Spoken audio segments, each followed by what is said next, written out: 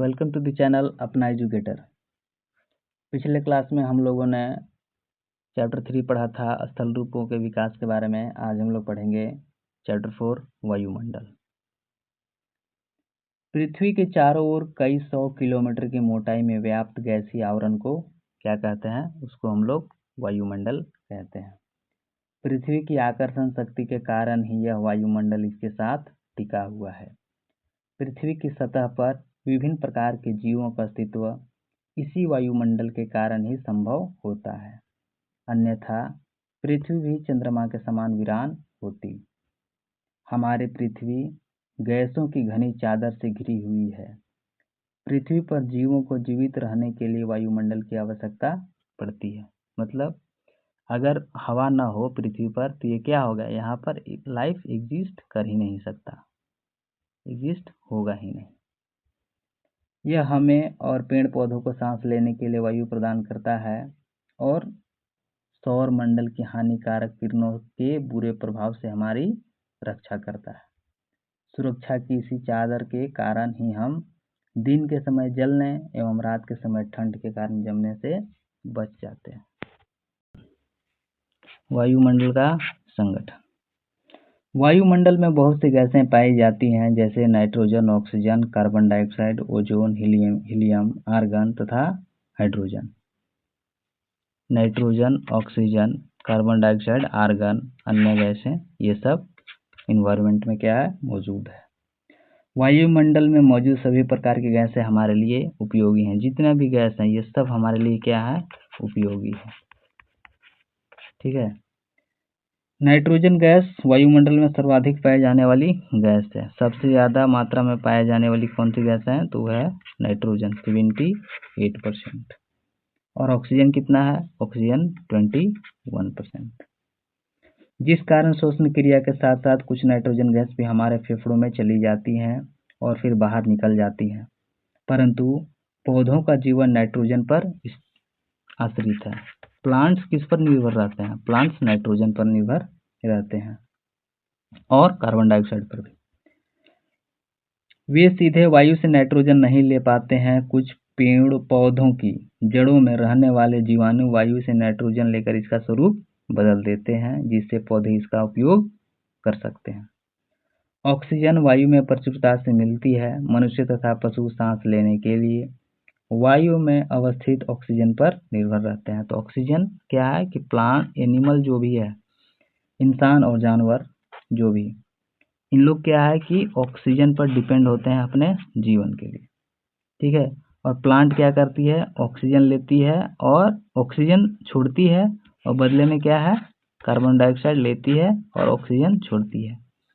और यही संतुलन, इसी की वजह से क्या है, हमारे पृथ्वी पर संतुलन बना रहता है। पौधे भी प्रकाश संश्लेषण द्वारा ऑक्सीजन उत्पन्न करते हैं। इस प्रकार वायुमंडल में ऑक्सीजन गैस की मात्रा एक समान बनी रहती है। यदि हम वृक्ष काटते हैं तो यह संतुलन क्या होता है, बिगड़ जाता है। कार्बन डाइऑक्साइड वायुमंडल में काफी कम मात्रा में होने के बावजूद एक महत्वपूर्ण गैस है। हरे पादप अपने भोजन के रूप में कार्बन डाइऑक्साइड का प्रयोग करते हैं और बदले में ऑक्सीजन गैस वापस देते हैं। यह प्रक्रिया प्रकाश संश्लेषण के रूप में होता है। मनुष्य और पशु श्वसन क्रिया के दौरान कार्बन डाइऑक्साइड बाहर निकालते हैं। तो प्लांट, एनिमल और ह्यूमन बीइंग क्या करता है, कार्बन डाइऑक्साइड सांस लेने के दौरान बाहर छोड़ते हैं और कार्बन डाइऑक्साइड प्लांट के द्वारा यूज किया जाता है और बदले में फिर क्या है, CO2 गैस प्लांट प्रोवाइड करती है, जिसे इसका इस्तेमाल इंसान करता है। इंसान बदले में क्या, कार्बन डाइऑक्साइड छोड़ता है और कार्बन डाइऑक्साइड प्लांट लेती है। फिर यही प्रक्रिया चलता रहता है, जिससे पृथ्वी पर संतुलन बना रहता है। ठीक है। यह क्रिया प्रकाश संश्लेषण के रूप में होता है। मनुष्य और पशु श्वसन क्रिया के दौरान कार्बन डाइऑक्साइड बाहर छोड़ते हैं। मनुष्य और पशुओं द्वारा बाहर छोड़ी जाने वाली CO2 गैस की मात्रा पौधों द्वारा प्रयोग की जाने वाली गैसों के बराबर होती है, जिससे यह संतुलन बना रहता है। लेकिन कोयला तथा खनिज तेल इस तरीके से कोयला तथा खनिज तेल आदि ईंधनों के जलाने से यह संतुलन बिगड़ जाता है। जब बहुत ज़्यादा मात्रा में कार्बन डाइऑक्साइड छोड़ा जाता है तो क्या हो जाता है, एयर पोल्यूशन हो जाता है, जिससे क्या होता है, कार्बन डाइऑक्साइड की मात्रा वातावरण में बढ़ जाती है। अब बढ़ने से क्या होता है, मौसम तथा जलवायु प्रभावित होता है। मौसम और जलवायु क्या हो गया, मौसम और जलवायु प्रभावित होता है। नेक्स्ट है हमारा वायुमंडल की संरचना। वायुमंडल की संरचना में क्या है, नीचे से ऊपर वायुमंडलों को कितने प्रकारों में बांटा गया है, तो 5 परतों में विभाजित किया है। पहला है हमारा क्षोभ मंडल, दूसरा है हमारा समताप मंडल, तीसरा है हमारा मध्य मंडल और चौथा है हमारा ताप मंडल। ये हो गया हमारा ताप मंडल और पांचवा हो जाएगा हमारा बहिर्मंडल। ये पृथ्वी की सतह से आरंभ होकर ऊपर उठते हैं। ये परतें लगभग 1600 मीटर की ऊंचाई तक है। ये कितना है, तो 1600 मीटर तक ऊंचाई है।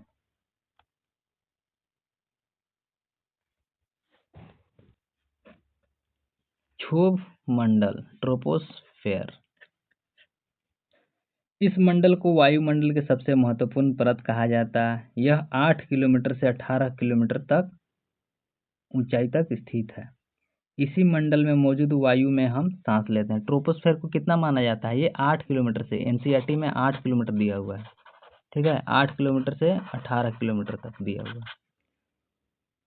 इसी मंडल में मौजूद वायु में हम सांस लेते हैं। धरातल से ऊपर जाने के क्रम में प्रति 1000 किलोमीटर पर, 1000 किलोमीटर नहीं, सॉरी, 1000 मीटर पर ऊपर जैसे है ये, इसको कितना 5 परत में बांट दिया गया है। अब जैसे जैसे ऊपर जाइएगा तो वैसे क्या होगा कि 1000 मीटर पर क्या है, कि 6.5 डिग्री सेल्सियस की दर से तापमान कम होता जाता है। इसे सामान्य ताप ह्रास दर, normal lapse rate of temperature कहते हैं। मौसम की प्रायः सभी घटनाएं कोहरा, बादल, ओला, तुषार, आंधी, तूफान, मेघ आदि इसी भाग में घटित होती है। क्षोभ मंडल के गर्भ और शीतल होने का कार्य विकिरण, संचालन तथा संवहन द्वारा होता है।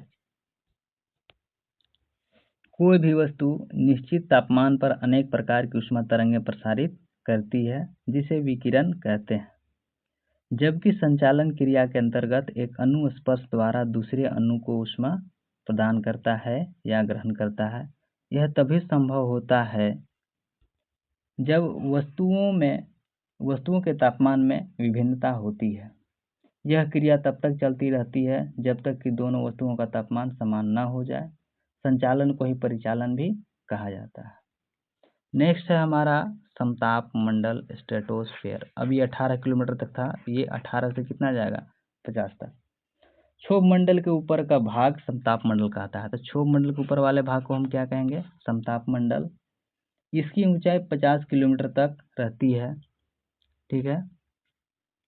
इस मंडल में मौसमी घटनाएं नहीं होती हैं। यह हवाई जहाज उड़ाने के लिए उत्तम माना जाता है। तो हवाई जहाज किस में उड़ती है, तो स्ट्रेटोस्फेयर में। यहाँ ओजोन गैस की परत होती है। तो ओजोन गैस की कौन से परत में होती है, तो यह होती है स्ट्रेटोस्फेयर में। यहाँ ओजोन गैस की परत होती है जो सूर्य से आने वाली पराबैंगनी किरणों व हानिकारक गैसों से हमारी रक्षा करती है।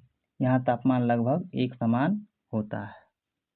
नेक्स्ट है मेसोस्फेयर, मध्य मंडल। मेसोस्फेयर, मध्य मंडल। यह मंडल समताप मंडल और ताप मंडल के बीच वाली परत है।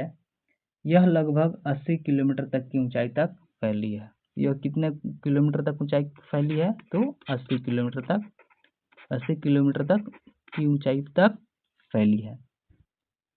अंतरिक्ष से आने वाले उल्कापिंड इस परत में जल जाते हैं। यह मंडल काफी ठंडा होता है। तो मेसोस्फेयर क्या है, ये बहुत ही ठंड होती है यहाँ पर। जैसे जैसे ऊपर की ओर जाते हैं तापमान गिरता जाता है। तो हम जैसे जैसे यहाँ से ऊपर जाएंगे वैसे वैसे तापमान क्या होगा, वैसे वैसे टेम्परेचर क्या होगा, टेम्परेचर यहाँ फॉल होगा। नेक्स्ट है हमारा तापमंडल, थर्मोस्फेयर। तापमंडल, थर्मोस्फेयर, थर्मोस्फेयर, तापमंडल। यहाँ बाह्यमंडल लिखा हुआ है, ये नहीं होगा, ये हो जाएगा हमारा तापमंडल। इस वायुमंडल की मुख्य विशेषता है कि इसमें ऊंचाई के साथ साथ तापमान भी अत्यधिक तीव्रता से बढ़ता है। आयन मंडल इस परत का एक प्रमुख भाग है। आयन मंडल धरातल से 80 से 640, धरातल से कितना है 80 से 640 किलोमीटर की ऊंचाई तक विस्तृत वायुमंडल का भाग होता है। ठीक है, तो आयन मंडल जो है आयन मंडल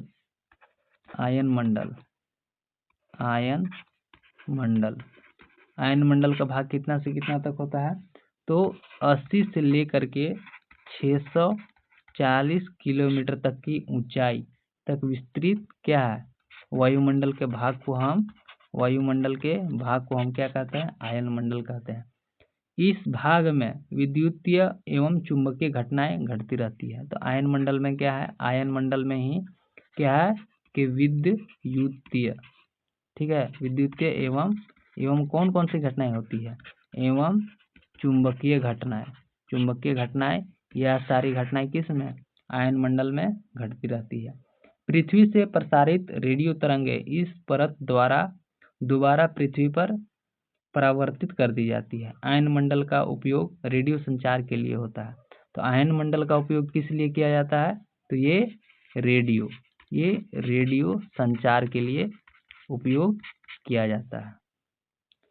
ठीक है, नेक्स्ट है बहिर्मंडल, एग्जोस्फेयर। वायुमंडल के सबसे ऊपरी परत को बहिर्मंडल कहते हैं। ये क्या है कि सबसे ऊपर वाला भाग है, सबसे ऊपर का पार्ट है, ऊपरी परत। इसी को हम लोग क्या बोलते हैं, बहिर्मंडल या एग्जोस्फेयर। यह वायु की पतली परत होती है। इस मंडल में हल्की गैसें हीलियम और हाइड्रोजन की अधिकता पाई जाती है। इसमें क्या है, इसमें हीलियम और क्या है, हाइड्रोजन। इसमें हीलियम और हाइड्रोजन की मात्रा अधिक होती है। यहाँ का तापमान बहुत अधिक होता है। यहाँ टेम्परेचर क्या होता है, यहाँ पर टेम्परेचर ज़्यादा होता है। ठीक है, नेक्स्ट है हमारा मौसम एवं जलवायु। मौसम वायुमंडल की प्रत्येक घंटे या दिन प्रतिदिन की स्थिति होती है। तो मौसम क्या है, कि मौसम जो है प्रत्येक घंटे या दिन प्रतिदिन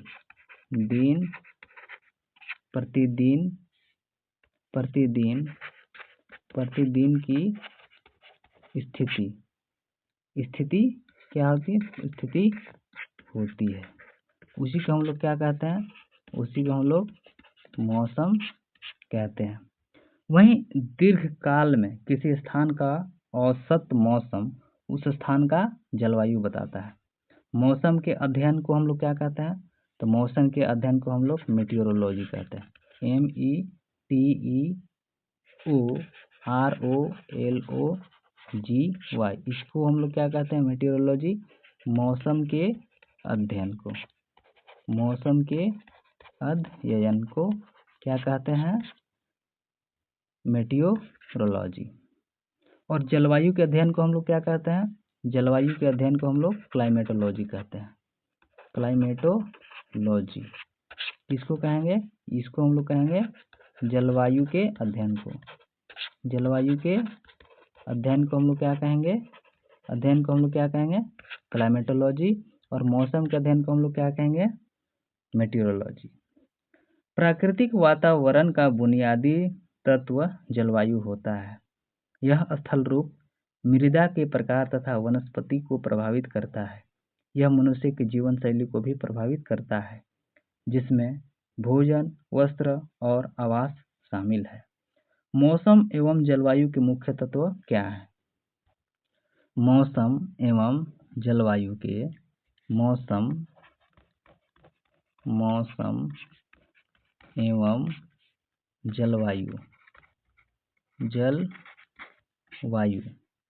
जलवायु के क्या मुख्य तत्व क्या क्या होगा?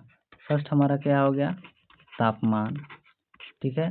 सेकंड हमारा क्या होगा, वायुदाब, एयर प्रेशर, वायुदाब। थर्ड होगा हमारा क्या, पवन, विंड। फोर्थ हमारा क्या हो गया, आर्द्रता, ह्यूमिडिटी, आर्द्रता। ये क्या आ गया, ये कंपोनेंट्स ऑफ मौसम और जलवायु हो गया, मौसम एवं जलवायु के मुख्य तत्व। मौसम, बिजली, वर्षा, बिजली, बादल। लघु अवधि, कुछ घंटे या दिन, वायुमंडल स्थिति का तात्कालिक अध्ययन, परिवर्तनशील। मौसम विज्ञान, मेटीरियोलॉजी, मौसम का पूर्वानुमान और अध्ययन, वायुमंडल प्रक्रिया का अध्ययन केंद्र, मेटीरियोलॉजी कहते हैं। और जलवायु विज्ञान, जो जलवायु के पर्यटन और परिवर्तन का अध्ययन, दीर्घकालिक रुझानों पर क्या ध्यान केंद्रित करता है, उसको हम लोग क्या बोलते हैं, क्लाइमेटोलॉजी। नेक्स्ट हमारा है टेम्परेचर। नेक्स्ट हमारा है टेम्परेचर।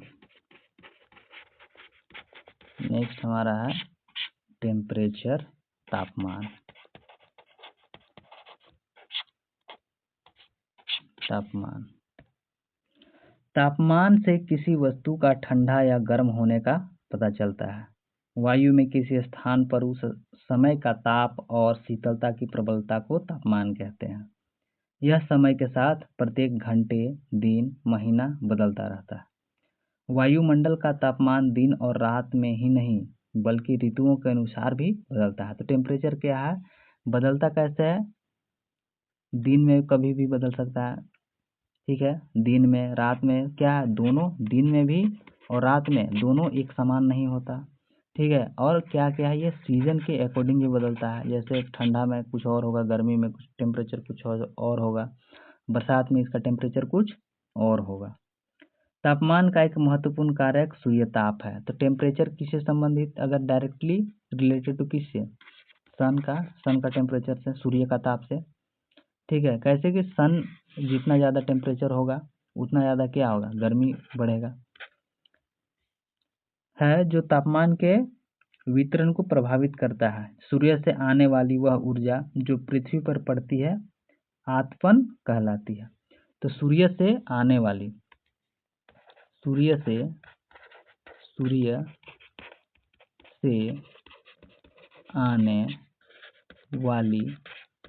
आने वाली वह ऊर्जा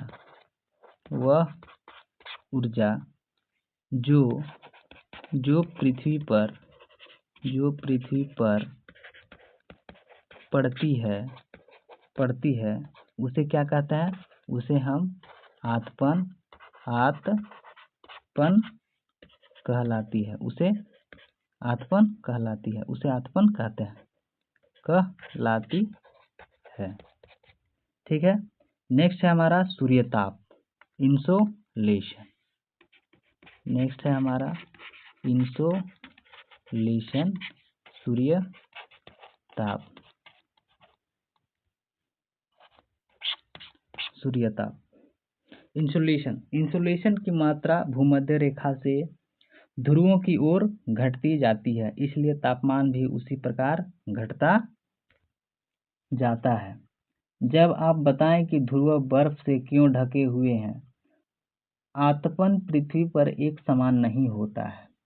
आतपन के अंतर के कारण जीव जंतुओं का जीवन प्रभावित होता है। जैसे जैसे हम गांव से शहर की ओर जाते हैं तो तापमान बढ़ता जाता है, क्योंकि शहर में कल कारखाने, मोटर गाड़ियां आदि तापमान को बढ़ाते हैं। तापमान को किससे मापते हैं, तो थर्मोमीटर से नापते हैं। तो थर्मोमीटर से नापते हैं। थर्मोमीटर क्या है, तो थर्मोमीटर से हम क्या है, टेम्परेचर मापने का एक यंत्र है, ठीक है। पृथ्वी सूर्य की ऊर्जा के 2 अरबवें भाग को ही प्राप्त करती है, ये याद रखिएगा। पृथ्वी सूर्य की ऊर्जा के 2 अरबवें भाग को ही प्राप्त करती है। और क्या, पृथ्वी के तापमान में वृद्धि के कारण, पृथ्वी में तापमान के वृद्धि के कारण पृथ्वी के सबसे ठंडे प्रदेशों की जमी हुई बर्फ पिघलती है, जिसके कारण समुद्र के जलस्तर में वृद्धि हुई है। तो जब भी पृथ्वी के तापमान में वृद्धि जब होता है, ठीक है, तो पृथ्वी के सबसे ठंडे प्रदेशों में जमी हुई जो बर्फ है वो क्या हो जाती है, वो पिघल जाती है। जिसके कारण समुद्र के जल स्तर क्या हो जाता है, वो बढ़ जाते हैं, समुद्र के जल स्तर में बढ़ जाना, जिसके फलस्वरूप छोटे छोटे द्वीप भी समुद्र में डूबते जा रहे हैं, बहुत सारे पौधे एवं जंतु लुप्त होते जा रहे हैं। तो ये भी एक क्या है, ये भी एक डिमेरिट है। तापमान को मापने की मानक इकाई क्या है, डिग्री एवं सेल्सियस। इकाई यूनिट, यूनिट क्या है टेम्परेचर को मापने का, क्या है, तो एक है डिग्री और एक क्या है सेल्सियस। ठीक है, एक है डिग्री और एक सेल्सियस। सेल्सियस पैमाने पर जल 0 डिग्री, सेल्सियस पैमाने पर जल 0 डिग्री पर जमता है। 0 डिग्री पर क्या होता है, ये फ्रीज होता है। ठीक है, ये फ्रीज होता है। एवं 100 डिग्री सेल्सियस पर क्या होता है, 100 डिग्री टेम्परेचर क्या है, ये बॉइलिंग पॉइंट, ये बॉइलिंग पॉइंट। डिग्री में हमारा 100 डिग्री सेल्सियस जो है ये बॉइलिंग पॉइंट है। ठीक है, ये बॉइलिंग पॉइंट है। और 0 डिग्री सेल्सियस ये क्या है, ये फ्रीजिंग पॉइंट है। नेक्स्ट हमारा है एयर प्रेशर। नेक्स्ट हमारा है एयर प्रेशर। नेक्स्ट हमारा क्या है, एयर प्रेशर, जिसको हम हिंदी में वायु दाब भी बोलते हैं। ठीक है, इस वायु दाब में एयर प्रेशर क्या है, क्या आप जानते हैं कि हमारे ऊपर वायु का भार होता है, हम पर भी क्या है कि वायु एयर प्रेशर होता है। इस वायु में वजन होता है जो दाब पैदा करता है। यह जानकारी आपको आश्चर्यचकित कर देगी कि वायु हमारे शरीर पर उच्च दाब के साथ बल लगाती है, किंतु हम इसका अनुभव नहीं कर पाते, क्योंकि वायु का दाब हमारे ऊपर सभी दिशाओं से लगता है और हमारा शरीर विपरीत दिशा में बल लगाता है। तो ये भी क्या है कि हमारे शरीर में भी एयर का प्रेशर लगता है, लेकिन हमको कभी पता नहीं चलता है। इसके पीछे का रीजन क्या है, क्योंकि वायु का दाब हमारे ऊपर सभी दिशाओं मतलब ये चारों तरफ से प्रेशर लगता है, जिसकी वजह से क्या है कि हमको कभी उस प्रेशर के बारे में पता नहीं चलता और हमारा शरीर विपरीत दिशा में बल लगाता है। पृथ्वी की सतह पर वायु के भार द्वारा लगाया गया दाब वायु दाब कहलाता है। तो वायु दाब किसको कहते हैं, तो पृथ्वी की सतह पर, याद था होगा ना, पृथ्वी की सतह पर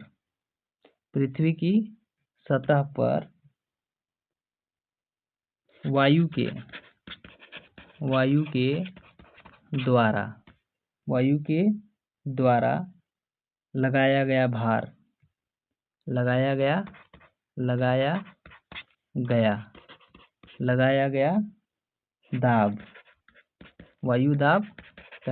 वायु दाब कहलाता है। पृथ्वी की सतह पर वायु के यहाँ भार छूट गया, वायु के भार द्वारा लगाया गया दाब वायु दाब कहलाता है। समुद्र सतह पर वायु दाब सर्वाधिक होता है। समुद्री की सतह पर जो क्या होता है, एयर प्रेशर बहुत ज़्यादा होता है और ऊंचाई पर जाने पर यह घटता जाता है। तो सपोज करो कि ये समुद्र है, ठीक है, अब इसके क्या होता है कि समुद्री की सतह पर वायु दाब अधिक होता है। अब जैसे जैसे आप ऊपर जाइएगा ये क्या होगा, एयर प्रेशर घटता जाएगा।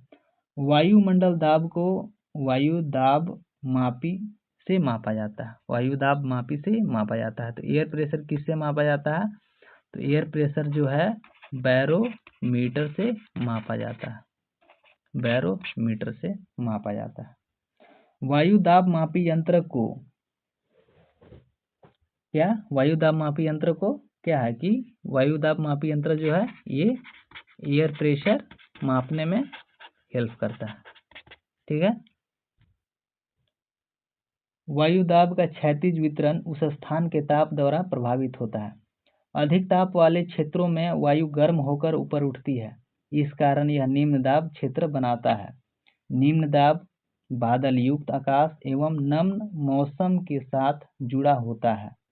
कम तापमान वाले क्षेत्रों की वायु ठंडी होती है, इसलिए यह भारी होती है। भारी वायु नीचे बैठकर उच्च दाब क्षेत्र बनाती है। उच्च दाब के कारण आसमान साफ होता है। वायु दाब, आसमान साफ क्यों होता है? क्योंकि उच्च दाब के कारण। ठीक है, उच्च दाब के कारण क्या होता है? वायु हमारा बहुत क्या है? आसमान हमारा बहुत साफ दिखता है, आसमान साफ होता है। वायु दाब तथा तापमान में विपरीत संबंध होता है, ये भी याद रखना है। वायु दाब जो है, वायु दाब और किसमें? तापमान में ये दोनों में क्या है कि दोनों में विपरीत संबंध है, दोनों एक दूसरे के उलट है। ठीक है, तापमान में विपरीत संबंध होता है, अर्थात तापमान के अधिक होने पर वायुदाब कम। जैसे तापमान अगर अधिक होगा तो वायुदाब क्या होगा? कम होगा। ठीक है, और तापमान के कम होने पर टेम्परेचर जब कम होगा तो वायुदाब क्या होगा? वायुदाब अधिक होगा। तो ये दोनों क्या है? ये दोनों इनडायरेक्टली प्रोपोर्शनल है। ठीक है, एक दूसरे के विपरीत, ये पूरे विपरीत हैं, उलट है। धरातल पर तापमान में भिन्नता के कारण 3 निम्न वायुदाब पेटी तथा 4 उच्च वायुदाब पेटी का विकास हुआ है। वायुदाब ये दोनों क्या है? दोनों एक दूसरे के विपरीत हैं। चांद पर वायु नहीं है, इसलिए वहां वायुदाब भी नहीं है। अंतरिक्ष यात्री जब चांद पर जाते हैं तो वे विशेष सुरक्षित हवा से भरी हुई अंतरिक्ष पोशाक पहनते हैं। यदि वे इसे न पहने तो अंतरिक्ष यात्रियों के शरीर द्वारा विपरीत बल लगने के कारण रक्त स्रावित हो सकता है। और आपको ये भी एक नियम याद रखना होगा कि क्या है कि हवा जो है, हवा को उसके दिशा के नाम से दिया जाता है। जैसे वायुदाब जो है, पवन का नाम उसे बहने की दिशा के आधार पर निर्धारित होता है। जैसे उदाहरण के लिए पश्चिम से आने वाली पवन को क्या कहते हैं? पछुआ पवन कहते हैं, उसको हम लोग पछुआ पवन कहते हैं। और वायु जो है क्या है ना, वायुदाब जो है, वायु फेरेल का नियम का अनुसरण करती है। और फेरेल के नियम के अनुसार क्या है कि फेरेल के नियम के अनुसार वायु उत्तरी गोलार्ध में, जैसे उत्तरी गोलार्ध हुआ तो उत्तरी गोलार्ध में क्या है कि उत्तरी गोलार्ध में क्या करती है कि उत्तरी गोलार्ध में क्या है? में दाई, उत्तरी गोलार्ध में दाई और दक्षिणी गोलार्ध में बाईं ओर मुड़ जाती है। तो उत्तरी गोलार्ध में क्या होगा? जैसे ये आप ऐसे लिख लो, ऐसे समझ लो, ये हो गया हमारा 0 डिग्री, ये नॉर्थ, ये साउथ, ये ईस्ट और ये वेस्ट। तो उत्तरी गोलार्ध में क्या है कि उत्तरी गोलार्ध में हवा जो है इस तरीके से मुड़ जाती है, इस तरीके से मुड़ जाती है। ठीक है, और दक्षिणी गोलार्ध में क्या है कि ये इस तरीके से मुड़ जाती है हवा। ठीक है, नेक्स्ट है हमारा विंड। विंड के बारे में पढ़ेंगे।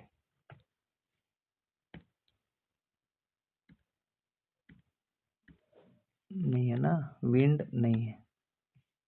नेक्स्ट हम लोग पढ़ेंगे विंड के बारे में।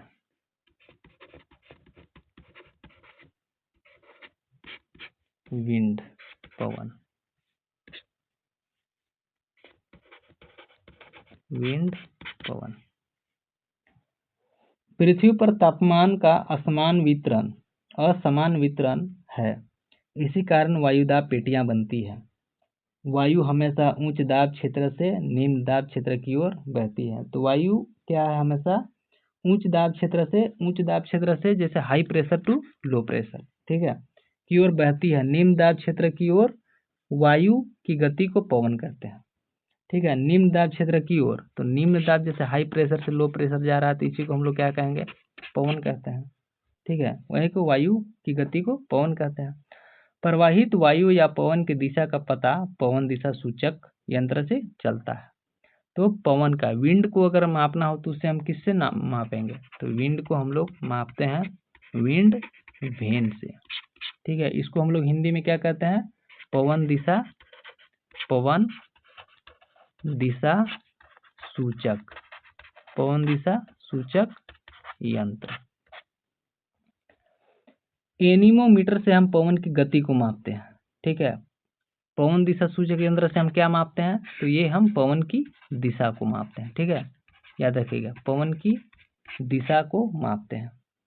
और एनीमोमीटर जो है, एनीमोमीटर से हम पवन की गति को मापते हैं। तो एनीमोमीटर, ठीक है,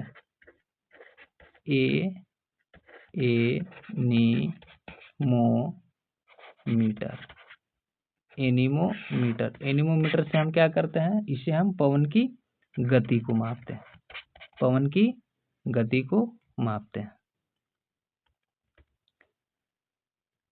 आज पवन को काम करते भी देख सकते हैं। जब यह सड़क पर गिरी पत्तियों को उड़ाता है, तब पवन के क्या हम काम करते देख सकते हैं। जैसे सड़क पर जो गिरा हुआ पत्ता है वो एक जगह से दूसरी जगह कैसे चला जाता है, जस्ट बिकॉज ऑफ विंड के कारण। ठीक है, जब यह सड़क पर गिरी पत्तियों को उड़ाता है या तूफान के समय पेड़ों को उखाड़ देता है, ठीक है, तो इस तरीके से हम क्या देख सकते हैं कि पवन उस तरीके से काम करती है। पवन मुख्यतः 3 प्रकार के होते हैं। पवन का प्रकार कितना होता है, प्रकार, टाइप्स ऑफ विंड या पवन के प्रकार। पहला क्या है, पहला है हमारा अस्थाई पवन। दूसरा हमारा क्या है, दूसरा हमारा है मौसमी पवन। और तीसरा हमारा क्या है, तीसरा हमारा होगा स्थानीय पवन। ये हमारा क्या हो गया, ये हो गया हमारा पवन के प्रकार हो गया ये हमारा। अस्थाई पवन, ठीक है। अब नेक्स्ट हो गया हमारा अस्थाई पवन। फर्स्ट क्या है, अस्थाई पवन।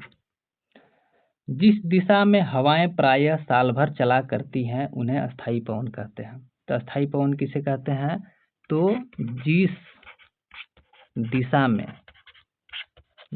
दिशा में क्या है, हवाएं, जिस दिशा में हवाएं प्रायः साल भर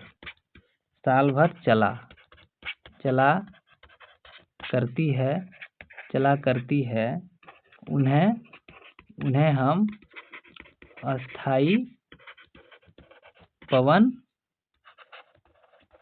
कहते हैं। ठीक है, व्यापारिक पश्चिमी एवं पूर्वी पवन अस्थाई पवन है।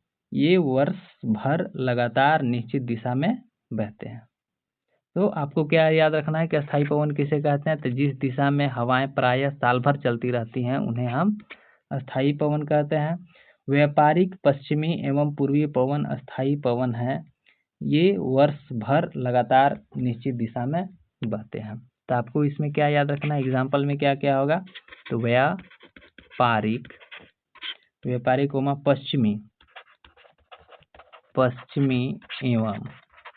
पश्चिमी एवं पूर्वी पवन, ये क्या है, ये आपका अस्थाई पवन है जो हमेशा से एक दिशा में बहते रहते हैं। नेक्स्ट हो जाएगा हमारा सेकेंड है क्या, मौसमी पवन। सेकेंड है हमारा मौसमी पवन। ठीक है, मौसमी पवन जिन हवाओं की दिशा में ऋतु के अनुसार परिवर्तन होता है उन्हें हम मौसमी पवन कहते हैं। तो जिन हवाओं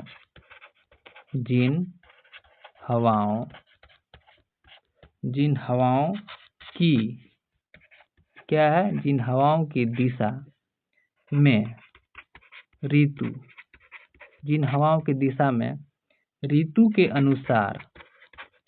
के अनुसार परिवर्तन होता है उन्हें हम क्या कहते हैं? उन्हें हम मौसमी पवन कहते हैं।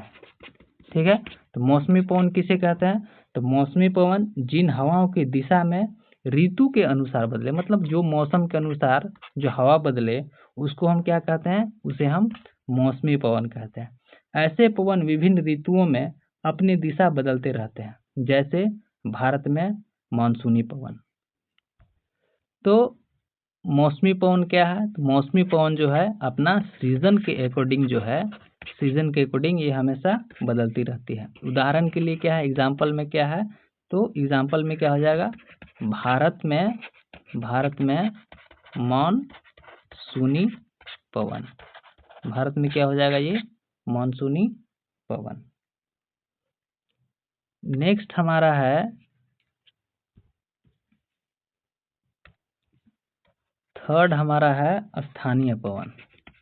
स्थानीय पवन, ठीक है। किसी स्थान विशेष में चलने वाली विशिष्ट हवाओं को स्थानीय पवन कहते हैं। स्थानीय पवन किसे कहते हैं? तो किसी स्थान विशेष में चलने वाली विशिष्ट हवाओं को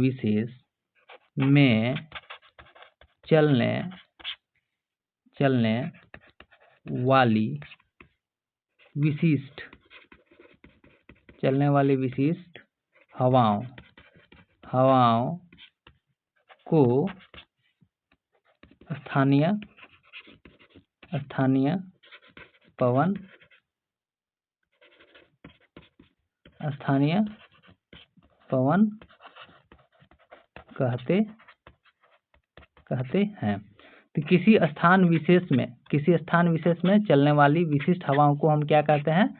स्थानीय पवन कहते हैं। ये पवन किसी छोटे क्षेत्र में वर्ष या दिन के किसी विशेष समय में चलते हैं, जैसे स्थलीय एवं समुद्री समीर।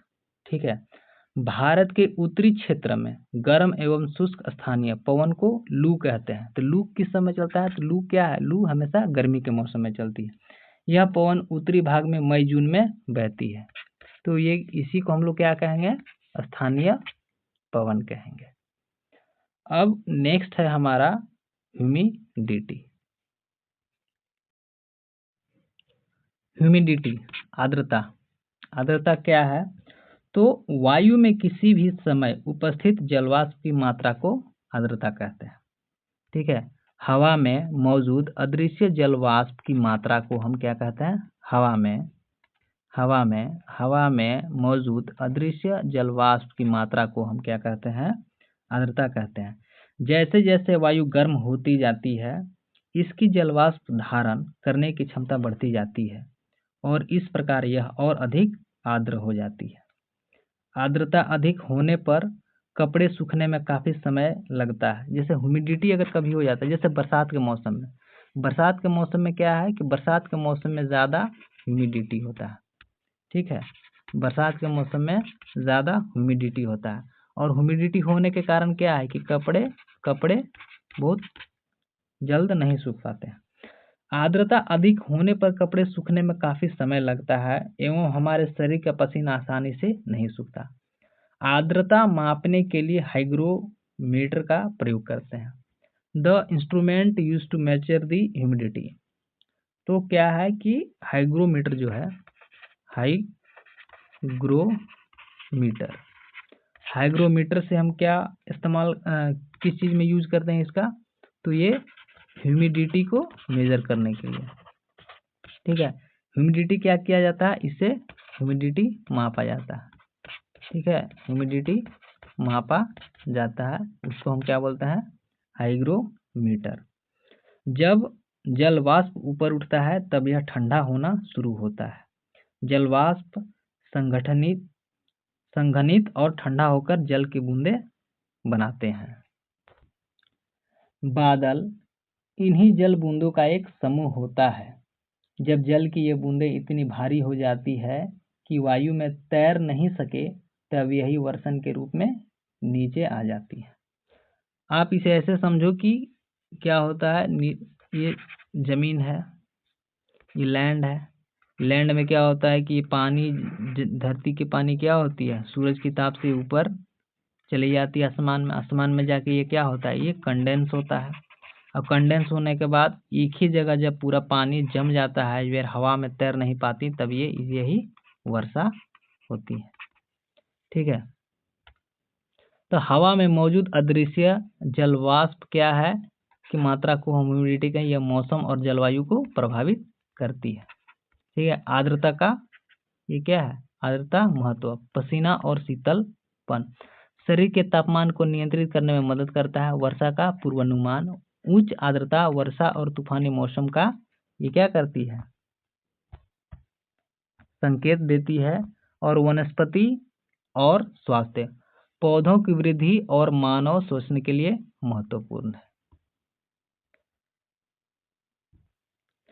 जेट हवाई जहाज आकाश में उड़ते हुए अपने पीछे एक लंबा सफेद पथ चिन्ह छोड़ते हैं। इनके इंजन से निकली नमी संघनित हो जाती है। वायु के गतिमान न रहने की स्थिति में यह संघनित नमी कुछ देर तक पथ के रूप में दिखाई देती है।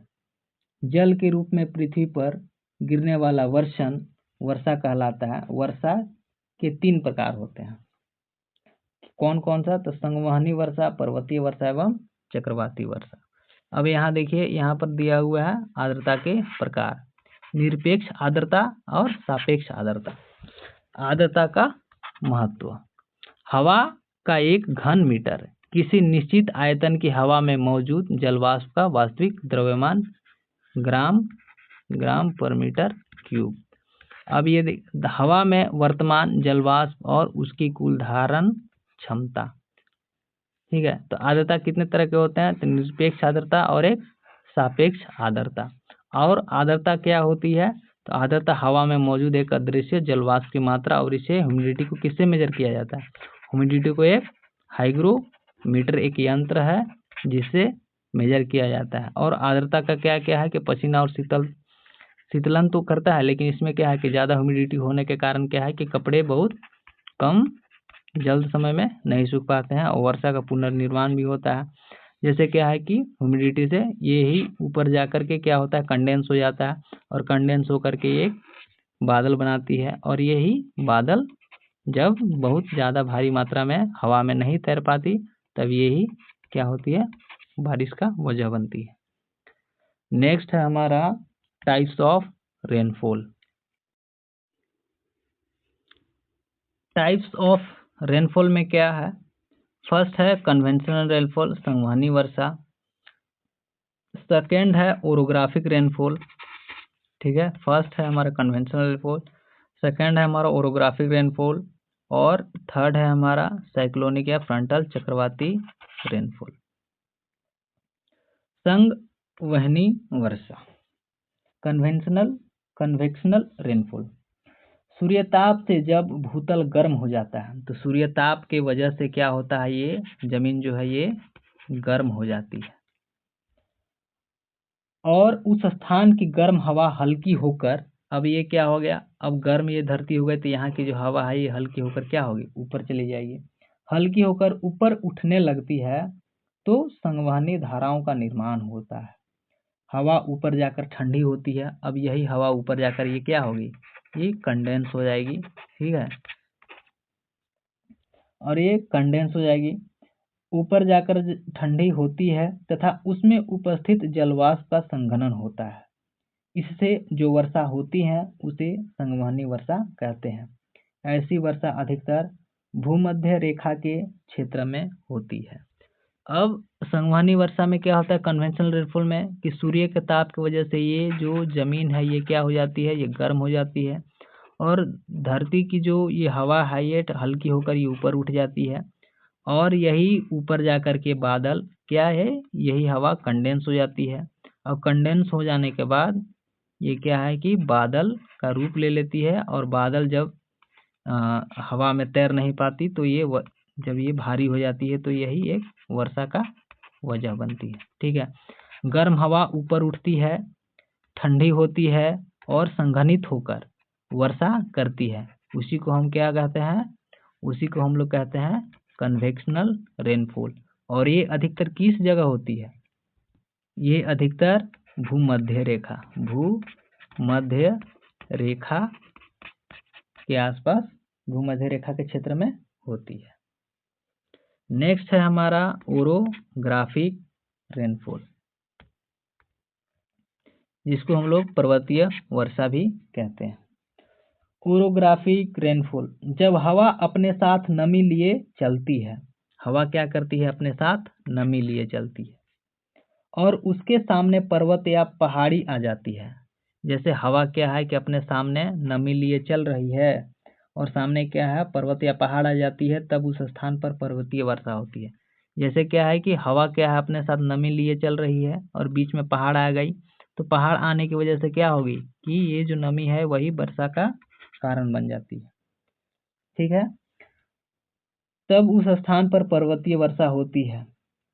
नमी युक्त वायु पर्वतीय ढालों से टकराकर, नमी युक्त वायु, जो हवा जो इधर चल रही थी वो बहुत नमी युक्त होती है, पर्वतीय ढालों से, पर्वत की जो ढाल है उससे टकराकर ऊपर उठती है तथा ठंडी होकर अब ऊपर उठ जाएगी। अब इससे टकरा करके क्या होगा, ऊपर उठ गई, और ऊपर उठ करके वही क्या हो जाएगा, वहीं पर ये कंडेंस हो जाएगा। ठीक है, वहीं पर ये कंडेंस हो जाएगा, और कंडेंस होकर के क्या होती है, ठंडी होकर वर्षा, और वहीं पर फिर क्या होगा, वहीं पर वर्षा का कारण हो जाएगी, बन जाएगी। और वर्षा जब वहाँ पर होगा, तो जब वहाँ पर वर्षा जब होगी, तब उसी को हम लोग क्या बोलते हैं, उसी को हम लोग बोलते हैं पर्वतीय वर्षा। ऐसी वर्षा पर्वतीय क्षेत्रों में होती है। तो ओरोग्राफिक रेनफॉल जो है ये हमेशा पर्वतीय क्षेत्रों में होती है। पर्वत के दूसरी ओर के हिस्सों में वर्षा नहीं होती। अब पर्वत की जो ये जो दिशा है, एक तरफ तो वर्षा हो गई, ठीक है, इस तरफ तो क्या होगा, इस तरफ तो वर्षा होगी, लेकिन इस तरफ दिशा में एक भी वर्षा नहीं होगी, नहीं या बहुत कम होती है। इसे वृष्टि छाया वाला क्षेत्र कहते हैं। तो इसे हम क्या कहते हैं, वृष्टि छाया प्रदेश। ठीक है, रेन शेडो रीजन, इसी को हम लोग रेन शेडो रीजन, वृष्टि छाया प्रदेश कहते हैं। नेक्स्ट है नमी युक्त हवा पहाड़ों से टकराकर। इसमें क्या है कि नमी युक्त हवा जो है पहाड़ों से टकराकर ऊपर उठती है और ठंडा होकर वर्षा कराती है, उसी को हम लोग कहते हैं पर्वतीय वर्षा या ओरोग्राफिक रेनफॉल। नेक्स्ट है हमारा चक्रवाती या साइक्लोनिक रेनफॉल। जब गर्म और आर्द्र हवा निम्न वायु दाब केंद्र के चारों ओर चक्र काटते हुए ऊपर उठती है, तब ठंडी होकर संघनित होती है और वर्षा कराती है। यह वर्षा चक्रवातीय वर्षा कहलाती है। यह अधिकतर तटीय क्षेत्रों में होती है। तो ये साइक्लोनिक रेनफॉल जो है ये अधिकतर कौन सा, ये अधिकतर तटीय क्षेत्रों में होती है। मतलब तटीय मतलब ये समुद्र के आसपास में होती है। गर्म और ठंडी वायु राशियों के मिलने चक्रवात से वर्षा होती है, जो व्यापक और स्थिर होती है।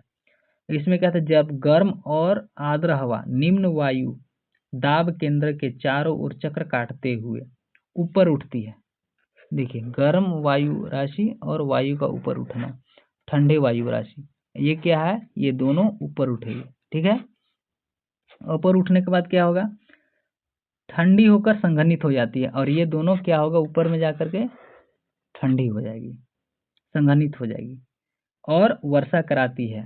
इसी को हम लोग कहते हैं चक्रवातीय या साइक्लोनिक रेनफॉल।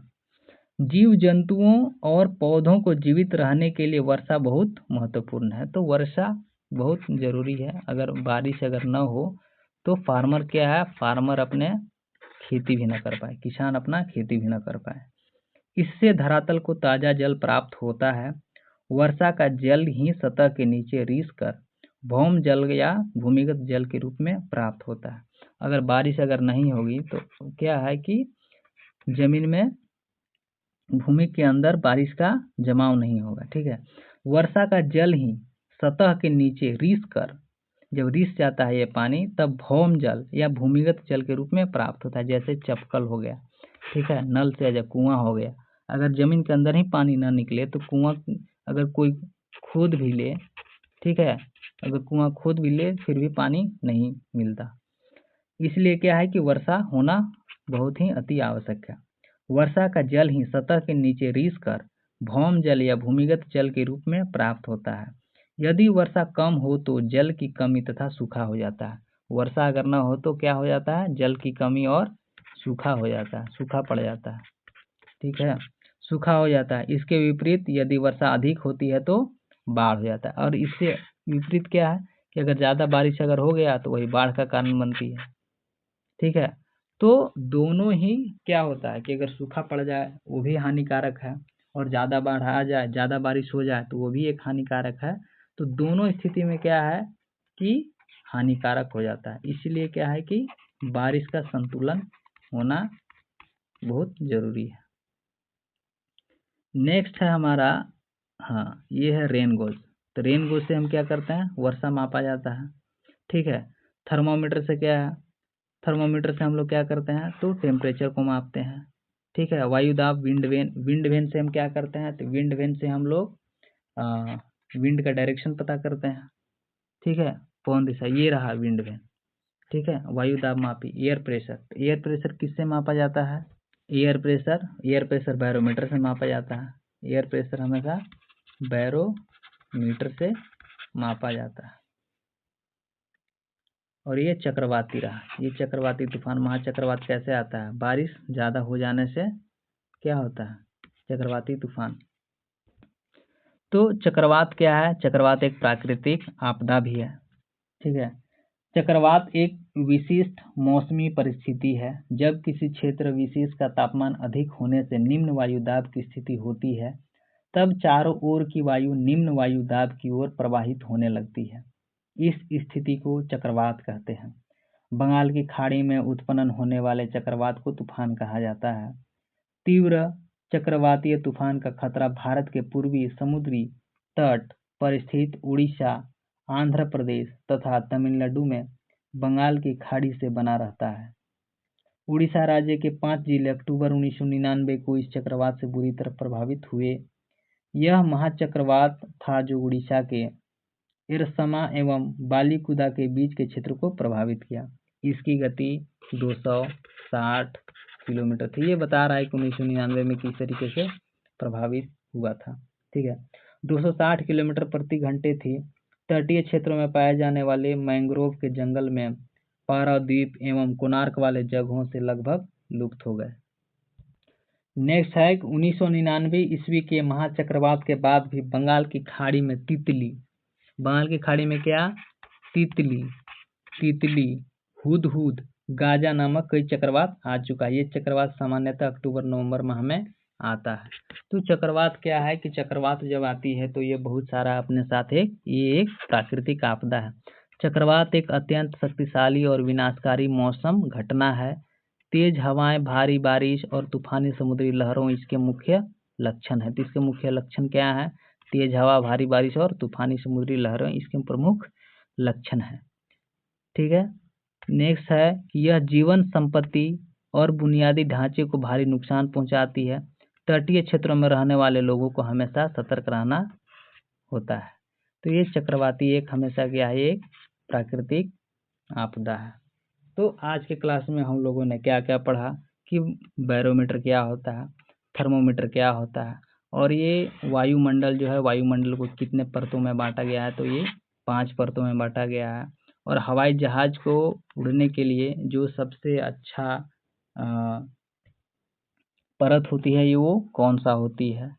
तो आज हम लोगों ने इन सभी चीज़ों को पढ़ते हुए आज का क्लास समाप्त करते हैं। और वीडियो अगर न समझ में आया हो, क्लासेस अगर कोई टॉपिक अगर नहीं समझ में आया हो तो आप उसे फिर से देखें। तब तक के लिए पढ़ते रहिए, मस्त रहिए, स्वस्थ रहिए। धन्यवाद।